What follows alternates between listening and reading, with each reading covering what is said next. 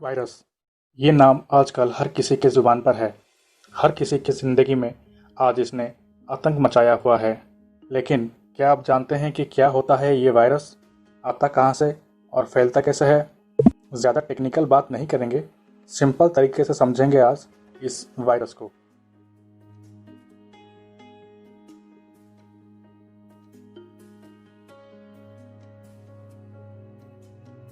Virus सूक्ष्म parasite होते हैं।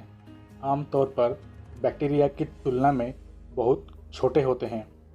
वायरस जिंदा नहीं होते, ये ऐसे ही हवा में उड़ते रहते हैं। एक बार ये जिंदा शरीर में घुस गए तो एक्टिव हो जाते हैं। वायरस जिंदा शरीर से दूसरे शरीर को फैलता है। पश्चिम अफ्रीका में इबोला का प्रकोप और 2009 के H1N1 स्वाइन फ्लू की महामारी इसका उदाहरण है।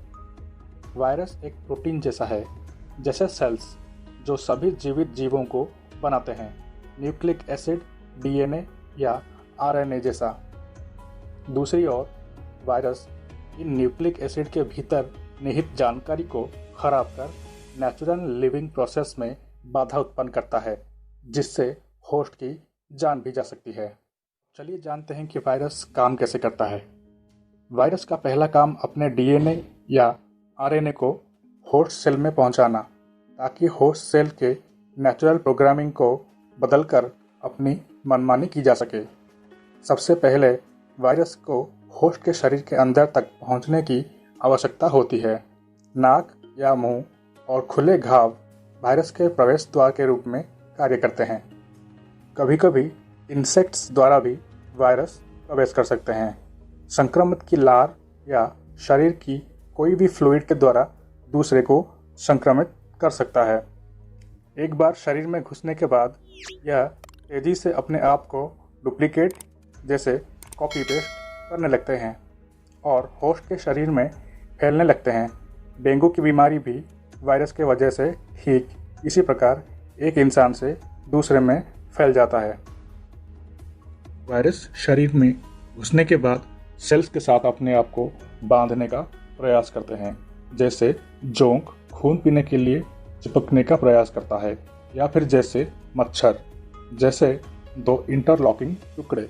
कई अलग अलग वायरस एक ही रिसेप्टर से बंध सकते हैं और एक अकेला वायरस विभिन्न सेल सतह के रिसेप्टर्स को बांध सकता है, जबकि वायरस उन्हें अपने लाभ के लिए उपयोग करते हैं। सेल सतह रिसेप्टर्स वास्तव में सेल की सेवा यानी नेचुरल प्रोसेस के लिए डिज़ाइन किए गए हैं।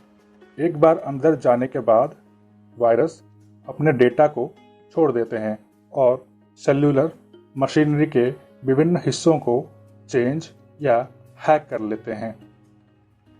कोशिकाओं को हैक करने के बाद वायरस अपने डीएनए के हिसाब से शरीर के अंदर मनमानी शुरू कर देता है। और क्योंकि वायरस भी एक सेल है और उसने शरीर के सिस्टम को हैक किया हुआ है, शरीर को लगता है ये नया कमांड नेचुरल सेल से आ रहा है और वो उन्हें फैलने की अनुमति दे देता है। समय और परिस्थितियों के अनुसार वायरस बदल या अपग्रेड भी हो सकते हैं, लेकिन ये प्रक्रिया बहुत जटिल है और नेक्स्ट टू इम्पॉसिबल जैसा है। हाँ, अगर कोई लैब में इसके कोड को बदलकर इसका नया वर्जन बना दे तो अपग्रेड आसान हो जाता है। तो दोस्तों, ये थी वायरस की जन कुंडली। वायरस कितना भी खतरनाक या जानलेवा क्यों ना हो, अगर हम अपने शरीर में उसे घुसने ही ना दें तो वो कुछ नहीं कर सकता। इसलिए सफाई रखिए और अपने शरीर के द्वारों को सुरक्षित रखें। और हाँ, अगर मेरा वीडियो अच्छा लगा तो एक पेड़ अपने घर के पास ज़रूर लगाएं। धन्यवाद। नमस्कार।